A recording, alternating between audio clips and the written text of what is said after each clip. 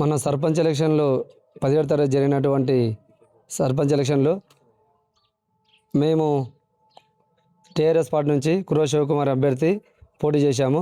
అదేవిధంగా ప్రత్యర్థి వాళ్ళు పవిత్ర కాంగ్రెస్ తరఫు నుంచి పోటీ చేసి నేను ఒక్క ఓటుతో ఓడిపోయాను. ప్రత్యర్థి వాళ్ళు 2 ఓట్లు దొంగ ఓట్లు వేయడం వల్ల మేము ఒక్క ఓటుతో ఓడిపోయాము. కావున మేము ఎంపీడీఓ గారు కానీ కలెక్టర్ గారు కానీ మేము ఫిర్యాదు చేశాము. అదేవిధంగా హైకోర్టులో కూడా మేము కేసు వేసాము. ఆ కేసు ఫైల్తో కూడా మళ్ళీ కూడా ఎంపీడీఓ గారికి కలెక్టర్ గారికి వివరణ ఇచ్చాము. అదేవిధంగా మాకు దీనిపైన న్యాయ విచారణ చేసి ఆ దొంగ ఓట్లు 2 పూర్తిగా తొలగించి మాకు చట్టపరమైన న్యాయపరమైన విచారణ చేసి మాకు న్యాయం జరగాలని కోరుచున్నాం.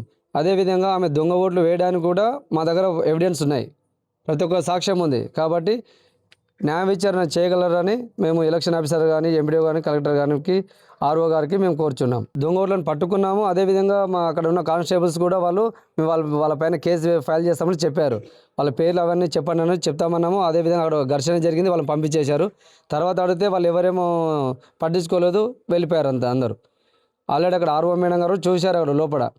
నాకేం తెలియదు చెప్పలేదని ఆమె కూడా ఆ విధంగా మా పైన బనాయిస్తుంది. అంతే. 2 సార్లు రీకౌంటింగ్ చేయించాను కదా, అప్పుడు ఈ ప్రస్తావన తెచ్చిండ్రు 2 దొంగ ఓట్లు వేసిందని. దొంగ ఓట్లు అలా బిఫోర్ చెప్పాము కానీ దాని గురించి ఆమె మేడం పట్టించుకోలేదు. రీకౌంటింగ్ ఎందుకు జరిగింది మరి? రీకౌంటింగ్ అంటే దాంట్లో ఓట్లు ఇంకా ఎన్ని ఉన్నాయి అక్కడిక్కడ, అంటే ఇక్కడ డబల్ చేశారు, వాళ్ళు డైరెక్ట్ చూపిస్తున్నారు కదా. రీకౌంటింగ్ ఒకసారి చెప్పినాం, 2సారి చేయలేదు. ఒకసారి చేసిన తర్వాత అక్కడిక్కడ వాళ్ళు డైరెక్ట్ వేస్తున్నారు. ఎక్కడైనా పొరపాటు అక్కడ వేసారేమని చూస్తున్నారు అంతేగాని తర్వాత ఏం చేయలేదు. వాళ్ళు 22వ తారీఖున ప్రమాణ స్వీకారం చేయబోతున్నారు. కాబట్టి దీనిపైన పూర్తి విచారణ జరిగిన తర్వాతనే ప్రమాణ స్వీకారం చేయాలని మేము కోరుతున్నాం. లేదంటే పూర్తి విచారణ చేయలేని ఎడల మేము తప్పకుండా ప్రమాణ స్వీకారాన్ని మేము తప్పకుండా అడ్డుకుంటాం. కాబట్టి మాకు ఫస్ట్ న్యాయం జరిగిన తర్వాతనే మీరు ప్రమాణ స్వీకారానికి వెళ్ళగలరని ప్రభుత్వాన్ని కానీ అధికారులు కానీ మేము కోరుచున్నాం. మొన్న డిసెంబర్ 17న జరిగిన ఎన్నికల్లో ముస్లేపల్లిలో టీఆర్ఎస్ తరపున నేను శివకుమారి అని నేను పోటీ చేయడం జరిగింది. సర్పంచ్ అభ్యర్థిగా పోటీ చేయడం జరిగింది. కాంగ్రెస్ తరపున పవిత్ర అనే అమ్మాయి కూడా నాకు పోటీగా నిలబడడం జరిగింది. నేను ఒక్క ఓటుతో టీఆర్ఎస్ తరపు నుంచి ఓడిపోయాను. అవతల వాళ్ళు కాంగ్రెస్ తరపు నుంచి నిలబడిన వాళ్ళు 2 దొంగ ఓట్లు వేయడం వల్ల వాళ్ళు ఒక్క ఓటు మెజారిటీతో వాళ్ళు గెలవడం జరిగింది. నాకు ఒక్క ఓటు అన్యాయం చేయడం దొంగ ఓటు పడటం వలన నేను ఓడిపోయాను. దీనికి నాకు న్యాయం జరగాలని నేను అందరినీ, కలెక్టర్ని, ఆర్ఓను, ఎంపీడీఓ వాళ్ళను అందరికీ ఫిర్యాదు చేయడం కూడా జరిగింది. కాబట్టి నాకు న్యాయం జరగాలని కోరుతున్నాను. జరిగినటువంటి ఎన్నికల్లో 17వ తారీఖు నాడు మరి పోటాపోటీగా జరగడం జరిగింది. అయితే అంతా సామరస్యంగానే జరుగుతాం అనుకున్నాం.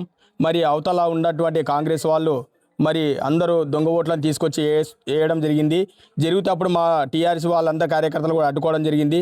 ఆ 2 ఓట్లను పట్టుకోవడం లోపే 3వ అమ్మాయి తెలియకుండా 2 వార్డుల్లో, అంటే ఒకే వార్డులో కాకుండా 2 వార్డుల్లో పోయి ఓటేసి మరి శివకుమార్ని ఓడగొట్టాలనే ఉద్దేశంతోనే ఆలోచన చేసిన వాళ్ళు.